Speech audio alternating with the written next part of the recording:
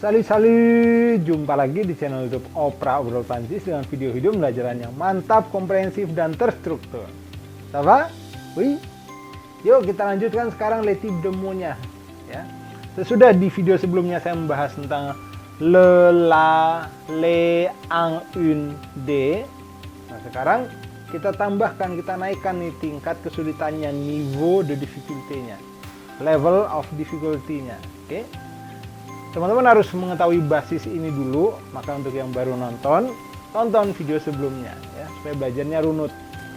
Sekarang, kalau kata benda atau nongnya itu berawalan dari huruf hidup, huruf vokal, a, i, u, e, o, ya, maka bukan le atau la yang dipakai, melainkan l apostrof.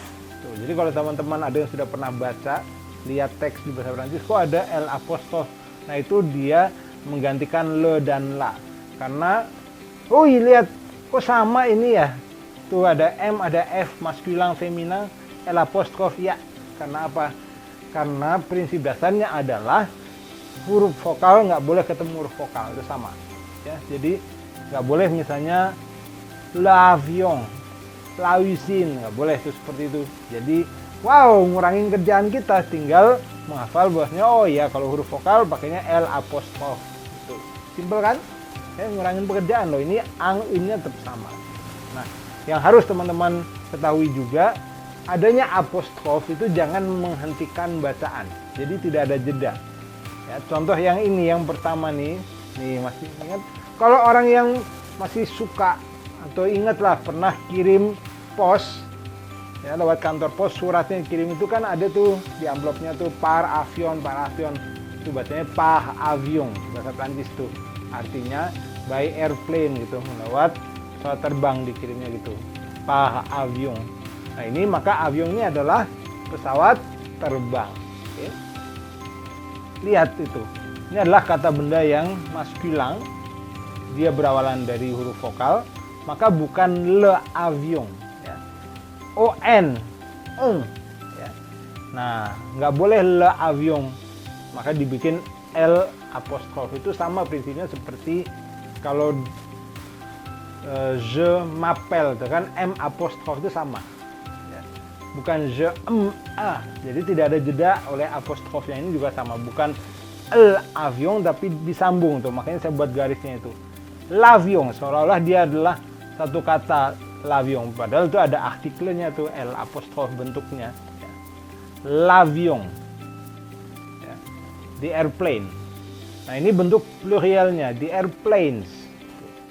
Les avions, la liaison tuh ya, seperti les alphabets, les articles, les accents disambung, les ya, les avions.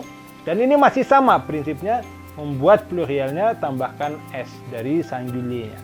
Oke. Belum terlalu sulit ini, hanya L apostrof yang perlu teman-teman ingat. Kemudian kesulitan lainnya yang kita tambahkan adalah ini bacaannya juga bukan ang avion, tapi an avion. Nah ini juga la liaison, bacaan yang disambung. Karena ini huruf N dari ang ini diibaratkan sama seperti halnya le, itu dia ada di tengah dua huruf hidup meskipun terpisahkan oleh espace. Jadi ang avion, udah bunyi ang, tambahkan n-nya menggandeng si huruf a, maka ang na, ang terus n-nya nyambung sini, ang avion. Oke, sebuah pesawat, an airplane ya. An bahasa Inggrisnya kan, nah ini ang avion, ya. Kemudian bentuk plurialnya yang ang defininya ini des avions, masih ditambahkan S saja. Les avions, ini des avions. Sama, liaison juga, des avions. Ditambahkan S. Ya. Jadi dua hal yang perlu dicatat, L apostrof, kemudian ini harus disambung bacaannya tuh. Gitu aja. Ya. Sekarang kita masuk ke contoh yang feminangnya ini. Ini adalah factory alias pabrik ya. Usine. Tahu dari mana usine bacanya? Itu S di tengah dua huruf hidup, Z kan. Kemudian IN ini tidak berlaku karena terpisahkan oleh penggalan. Ya, udah biasa kita ketemu contoh kata seperti itu ya.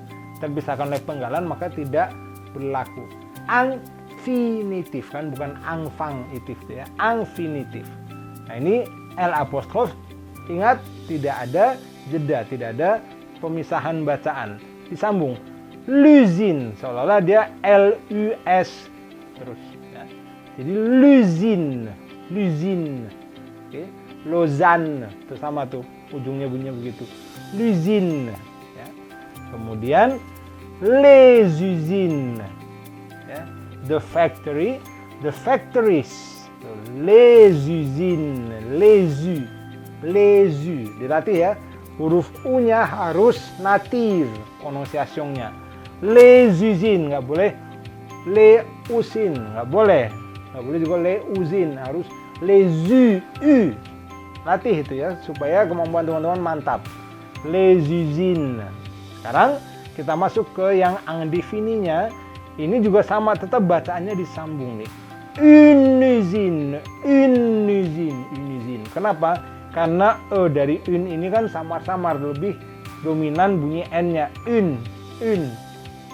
Ini kan agak samar tuh. Maka disambung juga kan, lagi pula prinsipnya sama. Tidak boleh vokal ketemu vokal bunyinya itu. Maka jadi bukan une usine, tapi une usine. Sebuah pabrik, a factory. Dan yang ini adalah des usines. Oke, jelas ya. Membuat plurialnya masih simpel, ditambahkan S saja. Voila, itulah ulasannya untuk teman-teman sekalian. Sedikit saja bertambah kesulitannya, L apostrof dan bacaan yang disambung. Pekerjaan kita berkurang karena prinsipnya sama, mau gendernya maskulan atau feminin pakai L apostrof, dan U-nya tetap, hanya bacaannya yang berbeda. D sama L-nya nggak ada perubahan kan? Plurialnya juga sama, tambahkan S.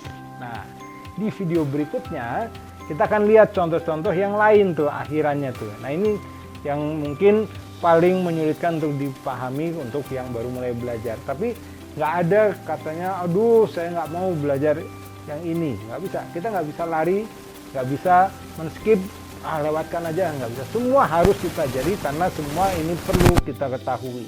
Tidak bisa orang modelnya hanya menghafal, lihat S, semuanya dibikin S plurialnya, nggak bisa. Makanya kita harus tahu. Nah ini kita akan bahas di pertemuan berikutnya. Gimana? Suka dengan video ini? Kasih like-nya dong. Ya. Ada question, ada yang ingin ditanyakan dari yang kita bahas kali ini? Boleh, silahkan ya. Kalau teman-teman penasaran dengan ini, maka tonton terus channel ini. Makanya subscribe bagi yang belum subscribe, dan nyalakan lonceng notifikasinya supaya terus mengikuti pelajaran-pelajaran berikutnya. Sampai ketemu di video berikutnya ya. À bientôt.